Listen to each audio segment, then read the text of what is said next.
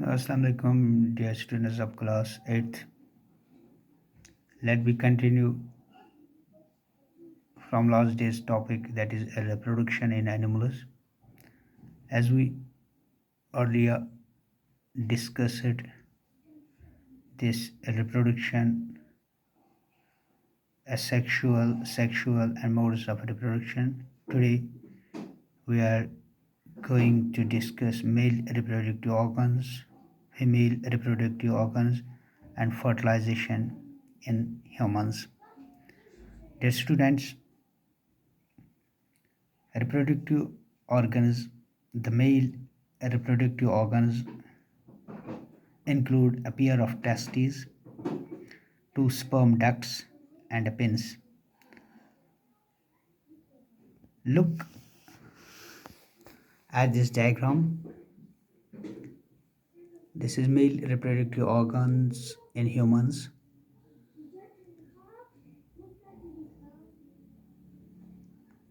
You look as penis, testes, and sperm. These testes produce the male gamete called sperms. Millions of sperms are produced by the testes.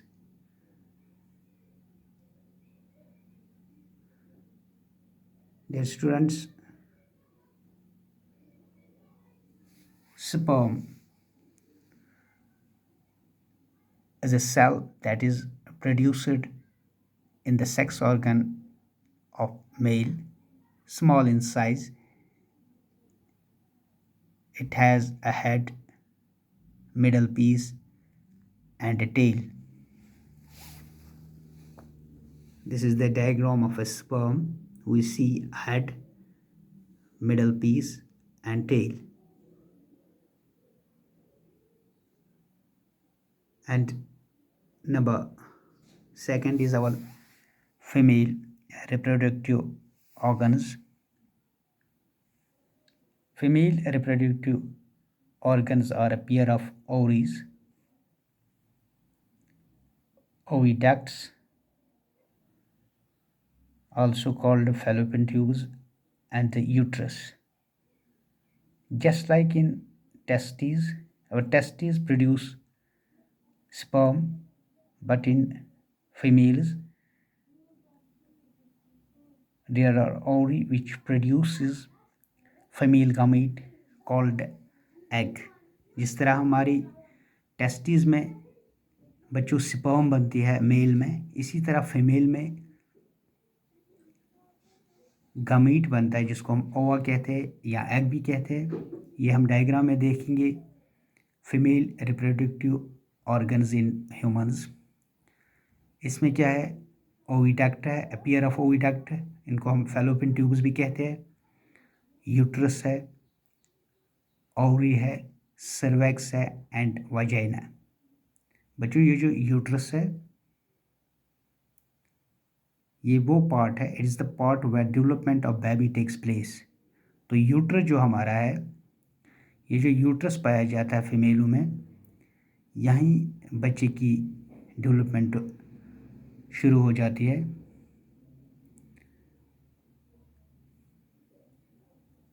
बच्चों, in human beings a single mature egg is released into the oviduct by one of the ovaries every month. जैसे हमें पता है कि female में हर 28 या 30 दिन के बाद एक पीरियड होता है जिसको मेंस्ट्रुएशन पीरियड कहते हैं, ब्लीडिंग का टाइम होता है। ये करीबन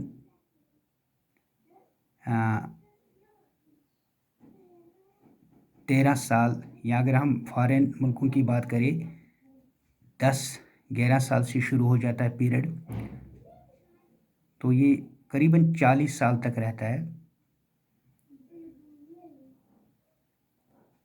तो बच्चों, जिस तरह हमने देखा कि स्पर्म एक सिंगल सेल होती है, इसी तरह एग भी एक सिंगल सेल होती है।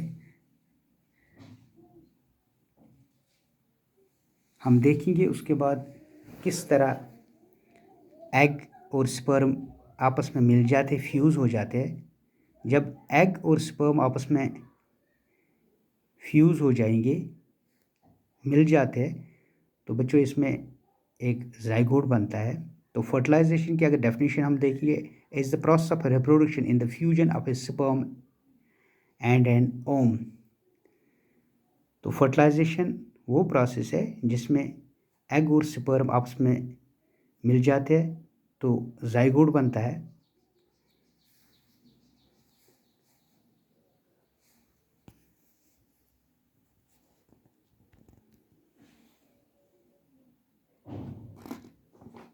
तो ये जो जाइगोट बनता है, तो फ्यूजन जब हो जाता है एग और स्पर्म की, इसको हम बच्चों फर्टिलाइजेशन कहते हैं।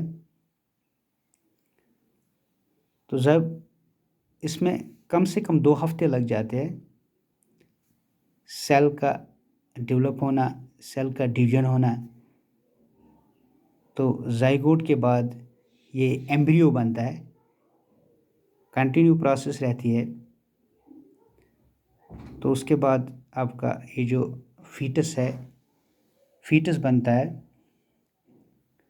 मानो कि ये खून का लुथरा होता है। तो बच्चा जब शुरू बनना हो जाता है, इसकी जब शुरुआत होती है, तो इसके जो हाथ है, कान है या आँखें है, बनने शुरू हो जाते हैं अप तो बिल्कुल 9 महीने तक।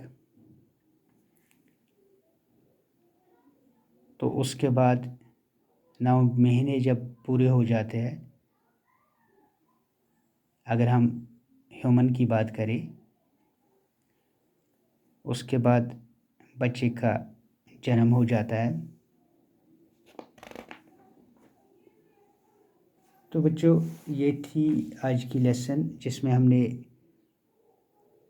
Male reproductive organs, female reproductive organs और फर्टिलाइजेशन के बारे में पढ़ा। अब हम अगर देखेंगे, ऐसे भी कुछ माँ बाप होते हैं जिनके पास बच्चे की सलाहियत नहीं होती है, चाहे उसमें माँ में डिफेक्ट हो या बाप में डिफेक्ट पाया जाता है।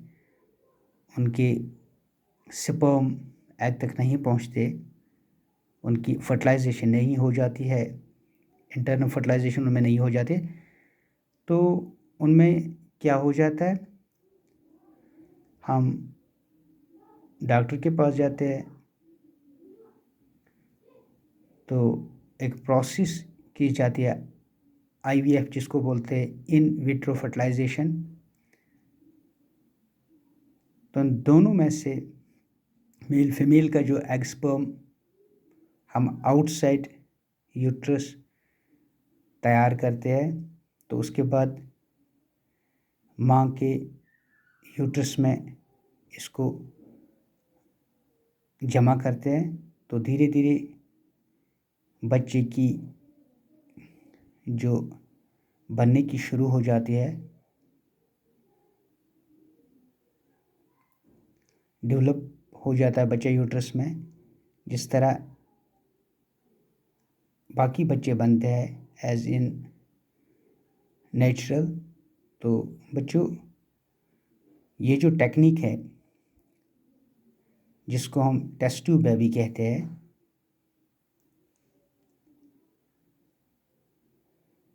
तो ऐसे भी टेक्निक्स है जिस तरह हम बच्चे को जन्म दे सकते हैं।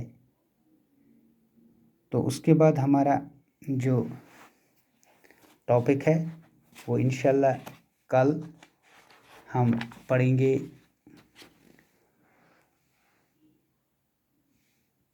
बच्चों। इस कल के पार्ट में हम विवापेरस ओविपेरस एनिमल्स के बारे में पढ़ेंगे। एसेक्सुअल रिप्रोडक्शन हमने ऑलरेडी पढ़ी है। वो जानवर जो यंग वंस को बर्थ देते हैं, जिनमें बच्चे पैदा हो जाते हैं, जो दूध पिलाते हैं बच्चों को, उनको हम विवापेरस एनिमल्स बोलते हैं। और जो एग लेइंग होते हैं, जो अंडे डालते हैं, उनको हम ओविपेरस एनिमल्स कहते हैं। तो बच्चों, ये थी आज की हमारी लेसन। तो हमने ऑलरेडी बर्डिंग, बाइनरी फिशन वगैरह पढ़ा है। तो आज के लिए इतना ही। इंशाल्लाह नेक्स्ट टॉपिक में हम इस लेसन के क्वेश्चन करेंगे। बस आज के लिए।